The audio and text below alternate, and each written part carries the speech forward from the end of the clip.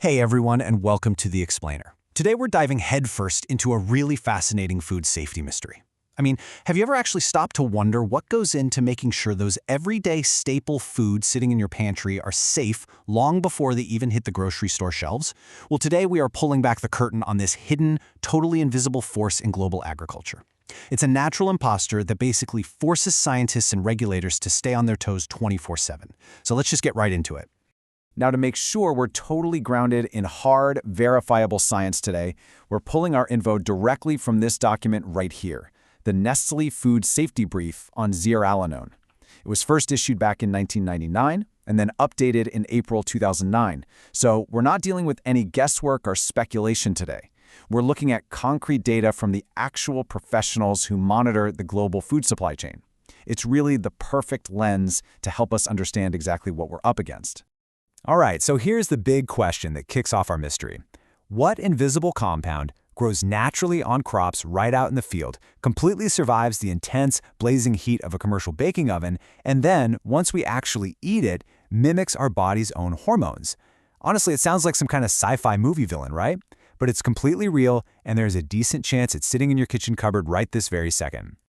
Okay, let's dive into this. Section 1. Meet the cereal contaminant. Unmasking ZEA. So what exactly is it? Zearalenone, or ZEA for short, is a non-steroidal estrogenic mycotoxin.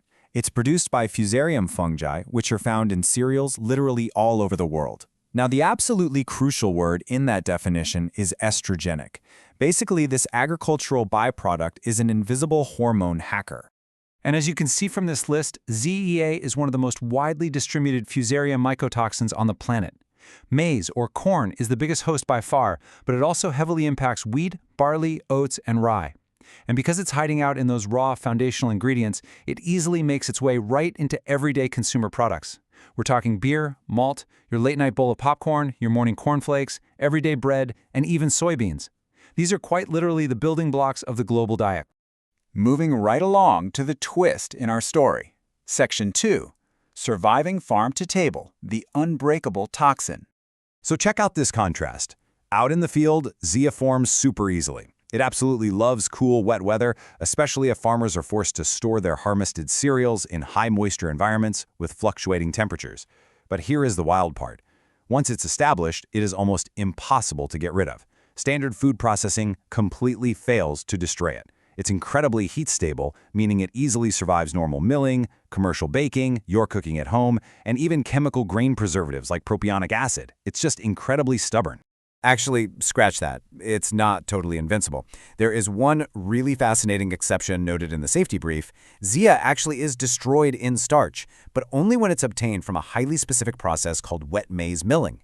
So, okay, it has a weakness, but unless the corn is going through that exact wet milling process, this toxin remains remarkably intact on its entire journey from the farm all the way to your dinner table. Which brings us to Section 3, the hormone hacker biological impact. I actually want to read this quote directly from the source material, because it's vital to understanding the real threat here. ZEA is well recognized as causing hormonal effects in animals. ZEA may contribute to the overall load of environmental estrogens in humans. See, the acute oral toxicity of ZEA is actually quite low. If you eat it, it doesn't act like a traditional immediate poison. The real danger is its long-term hormonal mimicry. It actually binds to the estrogen receptors in the body, acting as a stealthy endocrine disruptor. And the biological reaction to this toxin varies wildly depending on the species. Let's look at this table. Pigs and sheep, they are highly sensitive. In pigs, ZEA causes some pretty serious issues. Decreased fertility, reduced litter sizes, totally altered progesterone levels. Cows, on the other hand, are just moderately sensitive, usually just showing a drop in milk production. And rodents are surprisingly much less sensitive. Because the ingested ZEA is metabolized at entirely different rates depending on the animal, the biological impact shifts dramatically. That's why scientists rely heavily on the pig as their primary case study when mapping out the baseline damage this toxin can do. All right, let's bring this closer to home. Section 4. Evaluating the human risk, the math behind the mystery. So what does this actually mean for us?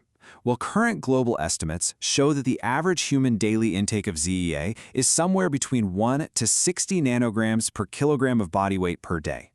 I really want to emphasize that word nanograms. We are talking about incredibly, mind-bogglingly microscopic amounts of exposure through our typical daily diets.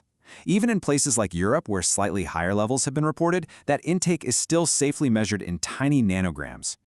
But here is the real kicker. How does that intake actually compare to the safety limits?